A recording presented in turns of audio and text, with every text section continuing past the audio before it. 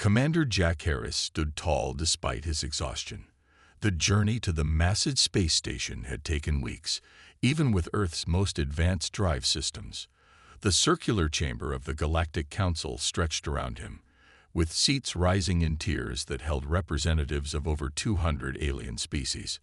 Some looked almost human. Others were so strange that Jack's mind struggled to make sense of their forms. Next to him, Ambassador Lisa Morgan smoothed her formal blue uniform.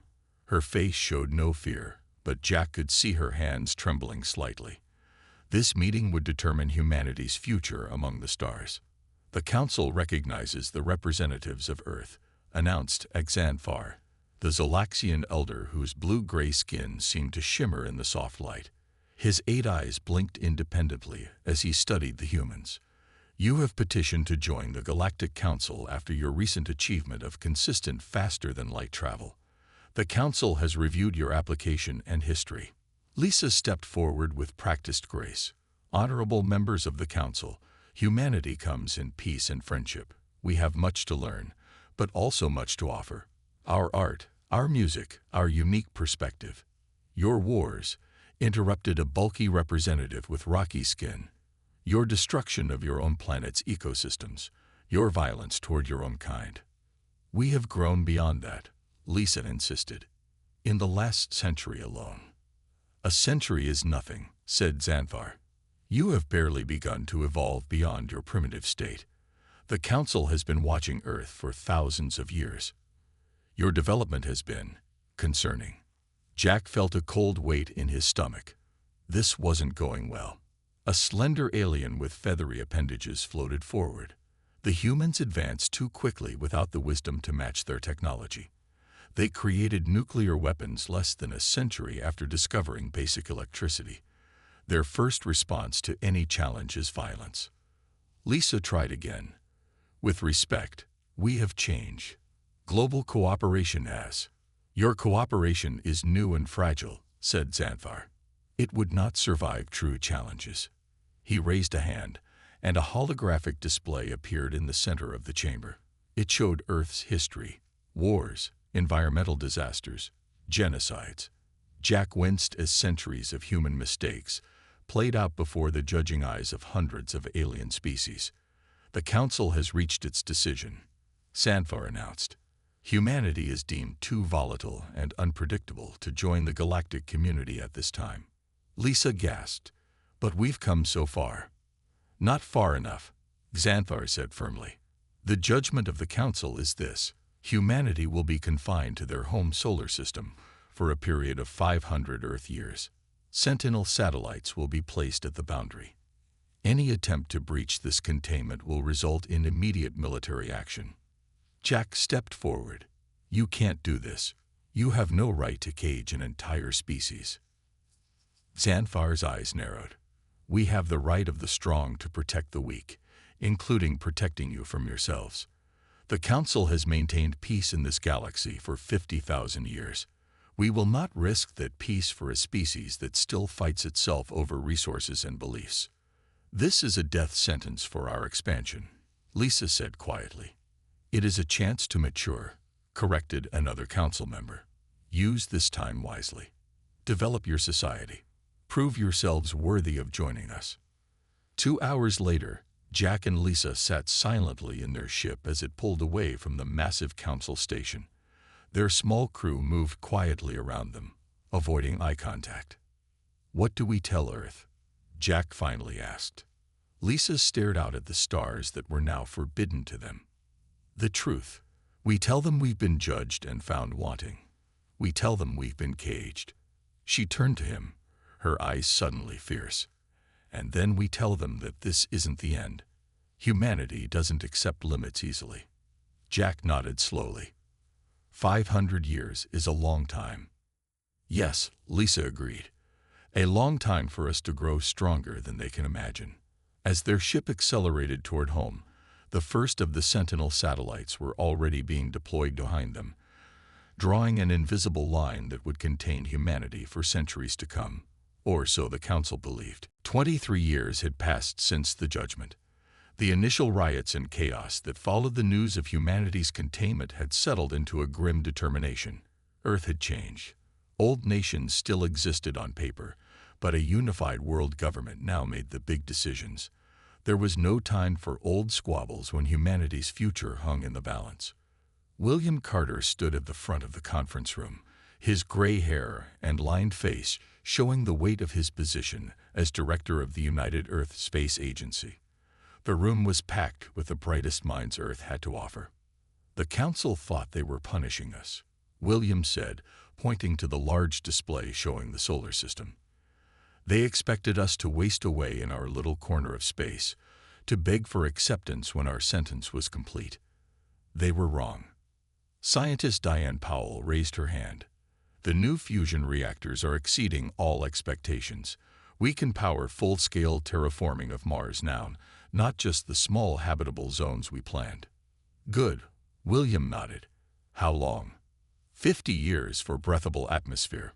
We're already growing specialized algae in the polar regions. Paul Martinez stood up next. The young engineer had made his name designing the massive solar collectors now orbiting Mercury. The asteroid mining operations are ahead of schedule. We've secured enough rare metals to build the Ganymede and Titan bases twice over. William smiled for the first time that day. The council gave us a gift, though they didn't know it. They forced us to look inward, to use what we have more efficiently. Previous generations would have spread out thin across the stars. Instead, we're building depth and strength in our own system. Later that evening, William stood in his office overlooking the sprawling USA headquarters in what used to be Geneva. The Sentinel satellites hung at the edge of the solar system, visible as tiny dots on the advanced telescope feed on his wall. Those watching eyes had become a symbol to humanity, not of oppression, but of challenge. His assistant knocked and entered. "Sir, the first colonists for Europa are ready for your address before launch." William turned from the window. "How many?" 5,000, sir. Mostly scientists and engineers, but also farmers, teachers, doctors. Everything needed for a self-sustaining colony." William nodded and followed his assistant to the communication room. On the large screen, he could see the excited faces of the colonists gathered in the launch facility. Many were young, born after the Judgment. They had never known a world where humans weren't contained to the solar system. "You carry the future with you," William told them, his voice steady and strong. "Europa is just the beginning. Jupiter's moons today, Saturn's tomorrow. We have 8 planets, hundreds of moons, thousands of asteroids. While the Council watches our borders, we will build an empire within them, so mighty that when our containment ends, we will emerge not as suppliants, but as equals, or more." The colonists cheered. William could see the fire in their eyes. The first generation after the Judgment didn't carry the same shame and anger as those who had witnessed it. Instead, they had grown up with a powerful narrative. The aliens had rejected humanity, and humanity would prove them wrong. After the address, William walked slowly back to his office. On his desk sat a small plaque with words that had become Earth's unofficial motto. "We will show them what they rejected." The massive colony ship rose from Earth the next day, carrying the Europa colonists to their new home. It wasn't the only ship leaving. Every week now, ships departed for Mars, for the asteroid belt, for the moons of the gas giants. Humanity had turned its gaze inward, but its ambitions remained as vast as the stars they were forbidden to reach. For now, Dr. Samuel Wright rubbed his tired eyes as he stared at the data flowing across his screen. The research station on Europa was quiet at this late hour. Most of the other scientists were asleep, but Samuel couldn't rest. Something about the quantum readings from his latest experiment wasn't making sense. "You're still here." Catherine Chen walked into the lab, carrying 2 cups of coffee. The engineer handed one to Samuel. "It's almost midnight, station time." "Look at this," Samuel pointed to his screen. "The particles are behaving oddly, like they're connecting across space without the energy input we'd expect." Catherine leaned closer, her brow furrowing. "That can't be right. Run it again," Samuel restarted the experiment. The two scientists watched as subatomic particles, separated by 20 meters, appeared to instantly affect each other with minimal energy input. According to everything they knew, this should be impossible. If this is real, Catherine whispered, "Do you know what it means?" Samuel nodded slowly. A wormhole. A stable connection between 2 points in space without the massive energy requirements we thought necessary. "We need to tell someone," Catherine said. Samuel shook his head. "Not yet. The Council monitors all official scientific reports. If they knew we were close to developing technology that could bypass their containment." 2 months later, Samuel and Catherine stood before the United Earth Government Security Council in their underground chamber on Mars. The most powerful people in the solar system listened intently as the two scientists explained their discovery. "We call it the right chin drive," Samuel explained. "It creates a temporary but stable wormhole between 2 points in space. Distance is irrelevant.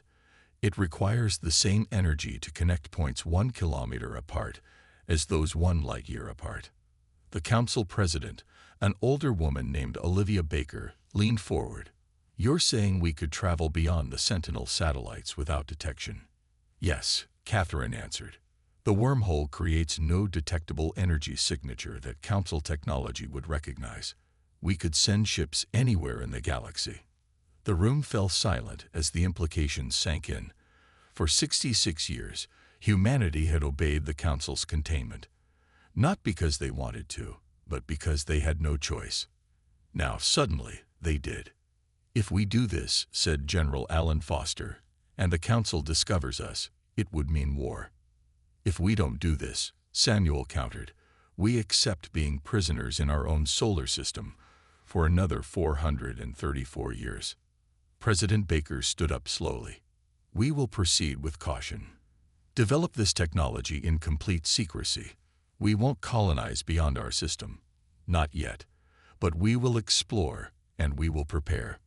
1 year later, in a hidden facility deep within Titan's icy crust, Samuel and Catherine watched as their theory became reality. The prototype drive, no larger than a small car, hummed quietly as it powered up. In the control room, dozens of engineers and officials held their breath. "Wormhole stability at 97%, announced a young technician. On the main screen, they watched as a small probe disappeared into the swirling blue-white energy field created by the drive. The target destination was Alpha Centauri, Earth's nearest stellar neighbor. "Probe signal lost," said another technician. Catherine squeezed Samuel's hand. Had it worked, or had they just destroyed a billion-dollar piece of equipment? 3 minutes later, the room erupted in cheers.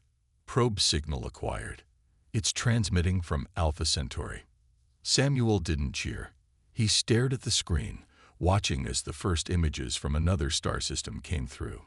Images no human was supposed to see for centuries. "We did it," Catherine whispered. "We broke the cage." "No," Samuel replied quietly. "We just made a door the jailers can't see." As the celebration continued around them, neither scientist fully grasped how their discovery would transform humanity's future. The path to the stars, closed by the Council's judgment, had just been secretly reopened. Colonel Frank Miller stood on the bridge of the stealth vessel Pathfinder and watched the stars through the large viewing window. These were not the familiar stars of Earth's night sky. They were the stars of the Procyon system, 7 light-years from home. No human had ever seen them with naked eyes before today. "Status report," Frank said to his crew of 15, all specially selected for this historic mission. "No sign of Council activity in this system," replied his second-in-command, Lieutenant Susan Ward. "Long-range scans show a potentially habitable moon orbiting the 4th planet." "Good. Let's check it out," Frank ordered. "Keep the stealth systems active. We don't want any surprises." The Pathfinder had been built in secret, deep within the asteroid belt. Unlike regular ships, it was designed to leave no energy trail and had special coatings to avoid detection by Council sensors. The right Chen drive that brought them here was hidden in the center of the ship, surrounded by layers of dampening shields. This was humanity's first real venture beyond the solar system since the Judgment. The mission was clear: find places where humans could establish hidden outposts, far from Council territories. Earth maintained a perfect mask of compliance with the containment, building more colonies within the solar system every year, while secretly preparing for a much larger expansion. 7 days later, Frank stood on the surface of the moon they now called New Hope. He watched as his team set up the small prefabricated research station. The air was thin but breathable. Strange blue-green plants grew in patches across the rocky ground. "Perfect place for a mining operation," said Dr. Carol Johnson, the team's geologist. "These rocks contain rare elements we need for advanced technology." "How long until the first real colony could be established here?" Frank asked. 6 months, maybe less," Carol replied. "We just need to send the signal once we return home." Over the next 50 years, humanity repeated this pattern dozens of times. Small exploration teams would use the right-chin drive to reach distant star systems, carefully selected to be far from known Council activity. They would establish tiny outposts, then expand them slowly into mining operations or research stations. Engineers like Eric Daniels developed special technology that would hide these colonies from Council scans. Resources flowed back to the solar system through hidden wormholes, feeding the massive industrial complex humanity had built among the asteroids and outer planets. To any outside observer, humans remained obediently contained within their solar system, focused entirely on internal development.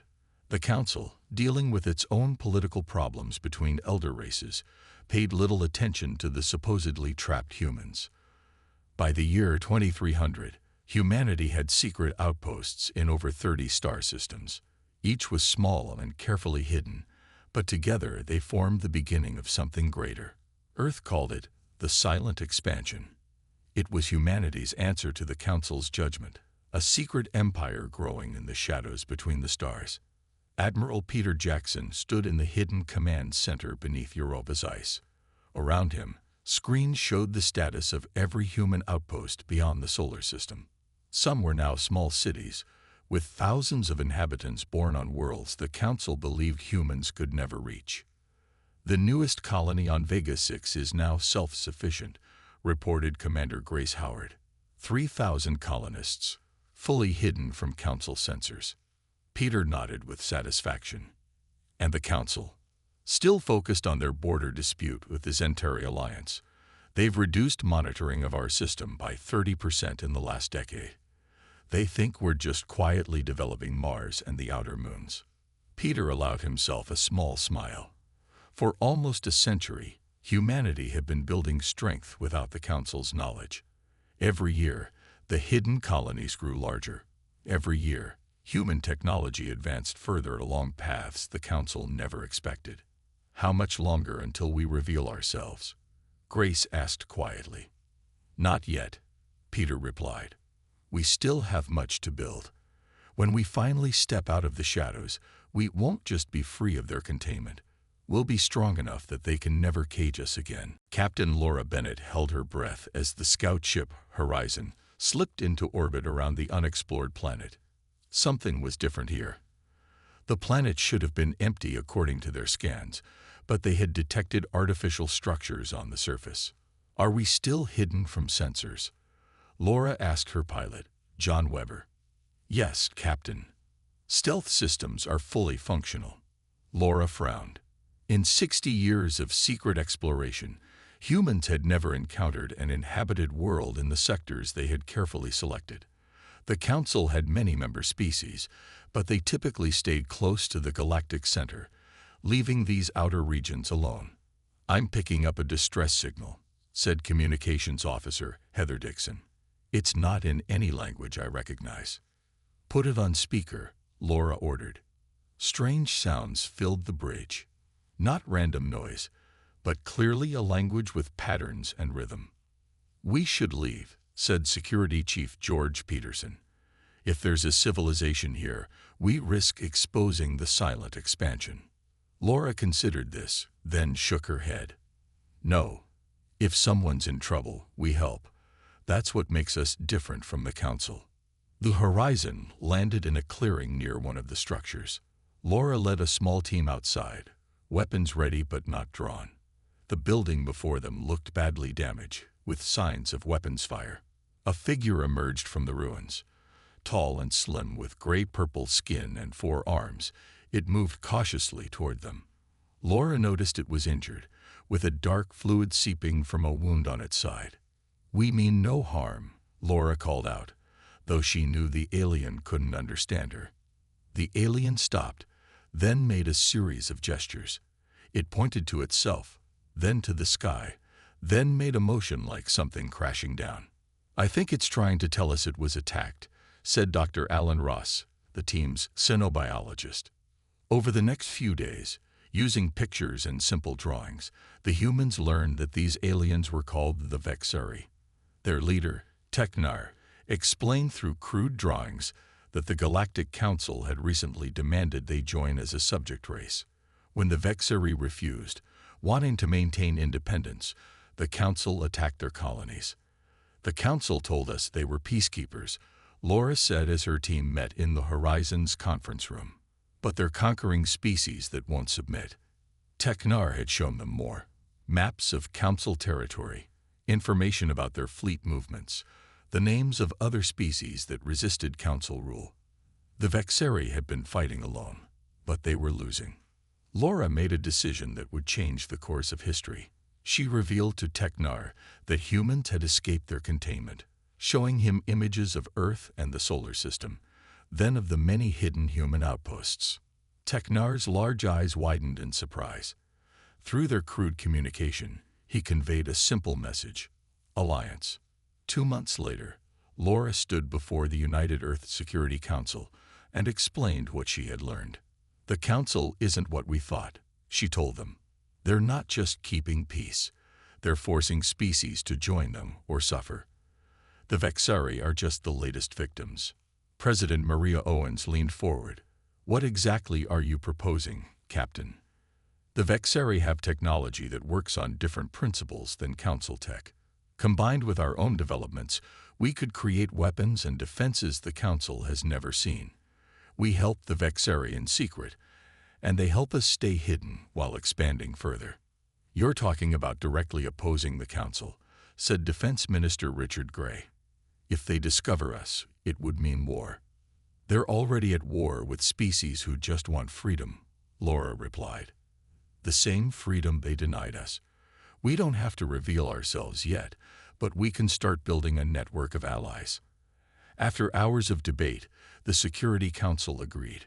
Operation Hidden Hand began.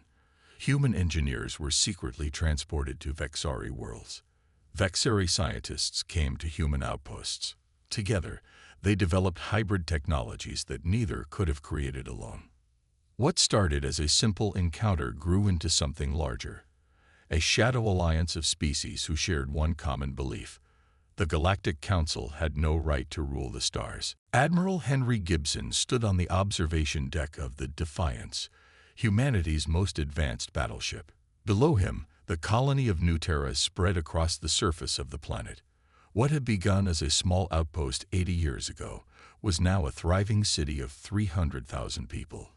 It was humanity's largest settlement outside the solar system, but still just a fraction of the empire they had built in secret. "Admiral, we have a problem," said his aide, Lieutenant Olivia Clark, rushing onto the deck. "Long-range sensors have detected a Council patrol ship entering the system." Henry felt his heart race. For almost 2 centuries, humanity had managed to hide their expansion from the Council. Their colonies were carefully placed in remote systems, shielded by advanced technology developed with their Vexari allies. "How long until they reach New Terra?" Henry asked. 3 hours at their current speed. Evacuate the surface. Move everyone to the emergency shelters. Activate stealth protocols for the city. The next hours were a blur of activity as the colony disappeared from view. Buildings sank into the ground, covered by special panels that mimicked natural terrain. The Defiance and its escort ships moved to the far side of the planet, engaging their stealth systems. But it wasn't enough. The Council ship changed course, heading directly for New Terra as if drawn by something. Henry watched the tactical display with growing dread. Somehow, they knew exactly where to look. "It's the new fusion plant," said Chief Engineer Linda Wright. "We haven't fully shielded it yet. They must have detected the energy signature." Henry faced an impossible choice. They could fire on the Council ship, destroying it before it could report back. But that would be an act of war, and the Council would eventually investigate when the ship didn't return. Or they could try to bluff their way through the encounter. "Prepare Diplomatic Team 1, Henry ordered. "We're going to meet them head-on." As the Council ship landed near the now visible Colonial Center, a small delegation emerged. 3 aliens, a tall Zolaxian, a bulky rock-like being, and a floating creature with tentacles. Henry recognized the types from historical records of the Judgment 243 years ago. Diplomatic Officer Julia Grant stepped forward to meet them. She had trained for this moment her entire career, though everyone had hoped it would never come. "This is a human settlement," stated the Zolaxian flatly. "You have violated the containment order." Julia nodded calmly. "Yes, this is a human colony, one of many." The Council representatives looked at each other in surprise. They had expected denials, not confirmation. The Judgment restricts humans to their home system for 500 years. That period is not complete. "We decided not to wait," Julia replied simply. The Zolaxian's 8 eyes blinked rapidly. "How many colonies have you established outside your system?" Julia smiled. "Would you like to see?" In the colony's command center, Julia showed the Council representatives a map of human space. Dots of light appeared, showing colony after colony, research station after research station. Over 70 star systems, all under human control or influence. "Impossible," whispered the rock-like alien. "Our sensors would have detected this expansion." "Your technology is predictable," Julia explained. "We developed methods to work around it long ago." "You must return to your solar system immediately," the Zolaxian demanded. "The Judgment stands." "I'm afraid we can't do that," Julia said. "And I don't think you can make us." As if on cue, ships began appearing in orbit. Not just human vessels, but ships of the Vexari, the Krell, and 4 other species that had joined the alliance against Council rule. Each had their own reason to oppose the Council, their own history of oppression or threatened freedom. The Zolaxian stared at the tactical display, watching as more ships appeared. "The Council will not tolerate this rebellion." Julia's expression hardened. "It's not a rebellion. It's a revelation. The age of the Council's unchallenged rule is over." As the Council representatives returned to their ship to report what they had discovered, Henry knew that everything was about to change. The silent expansion had ended. The time for hiding was over. Now would come the true test of humanity's strength. The first attack came 3 weeks after the discovery of New Terra. A fleet of 30 Council warships appeared near the human colony on Proxima Centauri. They expected an easy victory against what they thought would be a surprised and unprepared settlement. They were wrong. Admiral Ryan Cooper had been waiting for them. The moment Council ships appeared, the right Chen drive activated. 5 human battleships materialized behind the Council fleet, while defense platforms hidden on nearby moons powered up their weapons. "Open a channel to the Council fleet," Ryan ordered from the bridge of the flagship Invincible. "This is Admiral Ryan Cooper of the United Earth Fleet. Your presence here is an act of war against a sovereign power. Withdraw immediately or face the consequences." The Council commander, visible on the main screen, showed no fear. "Humans have no sovereignty beyond their solar system. Surrender now and your people will be safely returned to Earth." Ryan shook his head. "You still don't understand what you're facing." "Very well." The battle lasted less than an hour.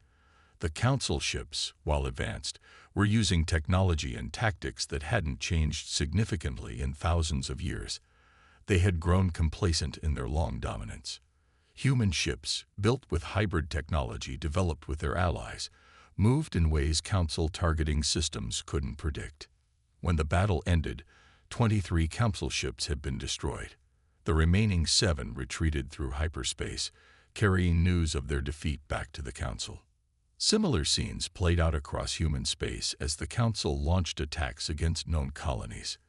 Each time, they found prepared defenders using unfamiliar technology and tactics.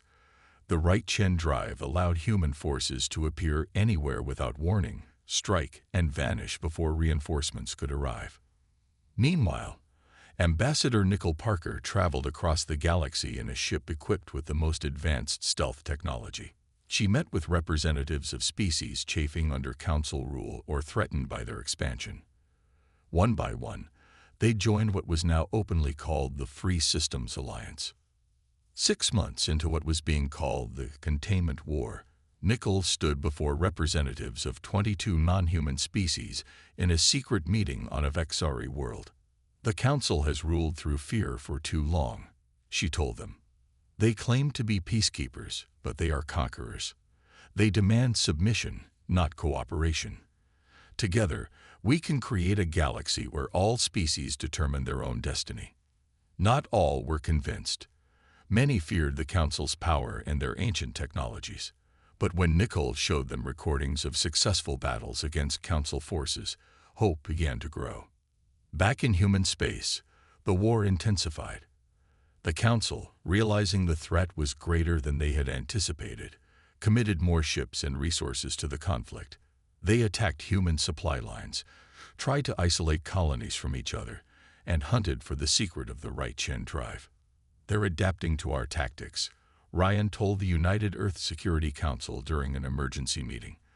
"Their newest ships are faster, more maneuverable. They're learning." President Steve Lambert nodded grimly. "Can we still win this war?" "Yes," Ryan said firmly, "but not quickly and not easily. We prepared for this fight for almost 2 centuries. They're scrambling to catch up." The war settled into a pattern. Council forces would gather for a major offensive.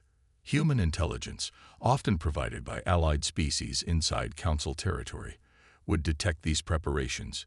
Human fleets would then use the right-Chen drive to strike first, appearing inside Council formations or attacking their staging areas directly. What the Council had intended as a quick suppression of rebellious humans had become a protracted conflict against an enemy they couldn't pin down. Their fleets controlled major trade routes and the galactic center, but they could never be certain where the humans and their allies would strike next. As the war entered its 2nd year, the ancient Solaxian elder Xanthar, who had pronounced judgment on humanity over 2 centuries ago, addressed the full Galactic Council. "We face a threat of our own making," he told them. "In our arrogance, we caged a species that would not be contained. In our complacency, we failed to see what they were becoming. Now we must fight a war against an enemy we created." 3 years into the war, the tide had firmly turned against the Galactic Council. Their once mighty fleets were scattered or destroyed. Their subject species rebelled one after another, joining the Free Systems Alliance. The ancient power that had ruled the galaxy for 50,000 years was collapsing. In a desperate move, the Council launched a massive attack on the human solar system itself. 1,000 ships, their entire remaining fleet, jumped into orbit around Jupiter. They hoped to strike at humanity's heart, to force surrender by threatening Earth. Instead, they found the most heavily defended region of space in the galaxy. 2 centuries of preparation had turned the solar system into a fortress. Defense platforms circling every planet opened fire. The shipyards of Mars and the asteroid belt launched fresh vessels directly into battle. From hidden bases on distant moons, specialized attack craft swarmed the Council fleet. Admiral Kelly Adams commanded the defense from the massive station orbiting Earth. She watched the tactical displays as Council ships were systematically isolated and destroyed. "They're requesting to speak with us," said her communications officer. On the main screen appeared Xanthar, the Zolaxian who had once judged humanity too dangerous to join the galactic community. Now his skin was dull, his 8 eyes weary from years of war. "Enough," he said simply. We cannot win this conflict. The Council seeks terms for peace. 2 weeks later, in the Grand Hall where humanity had once been banished, a different scene unfolded. The chamber was filled not just with the elder races of the Council, but with representatives from all 27 species of the Free Systems Alliance. At the center stood Greg Mitchell, president of the United Earth Federation. 300 years ago, in this very room, humanity was judged and found wanting. Greg began. We were told we were too volatile, too unpredictable to join the galactic community. We were confined to our solar system, expected to wither away in isolation, or beg for acceptance when our sentence was complete. He looked around the chamber, meeting the eyes of aliens from across the galaxy. Instead, we grew stronger than anyone imagined possible. We expanded in secret, we formed alliances, and when discovered, we fought for our freedom, and the freedom of all species who wished to determine their own destiny. Xanthar stepped forward. The Council acknowledges its error. The judgment against humanity was based on fear, not wisdom. We sought to contain what we did not understand, and in doing so, we forced you to become something far greater than you might have been. The documents were brought forward. A new charter, dissolving the ancient Galactic Council and establishing in its place the Galactic Confederation. Under its terms, no single species or group would have authority over others. All members would have equal voice in decisions affecting the galaxy. As Greg signed the charter, he remembered the words that had guided humanity for centuries. We will show them what they rejected. They had done more than that. They had transformed the galaxy itself. Later, standing on the observation deck of his ship, Greg watched the stars with Admiral Adams. What happens now? Kelly asked. For 300 years, everything we did was about escaping containment, about proving the Council wrong. We've done that. What will drive us forward now? Greg smiled. The same thing that has always driven humanity, curiosity. We've explored maybe 5% of this galaxy. There are more stars out there than humans have ever lived, more mysteries than we can imagine. The Council kept the galaxy stagnant for thousands of years. Now it's time to see what wonders are really out there. As their ship pulled away from the station, dozens of other vessels joined them. Human ships, Vexari cruisers, vessels of designs never seen before the Alliance. Together, they accelerated toward the edge of known space. The age of containment was over. The age of exploration had just begun.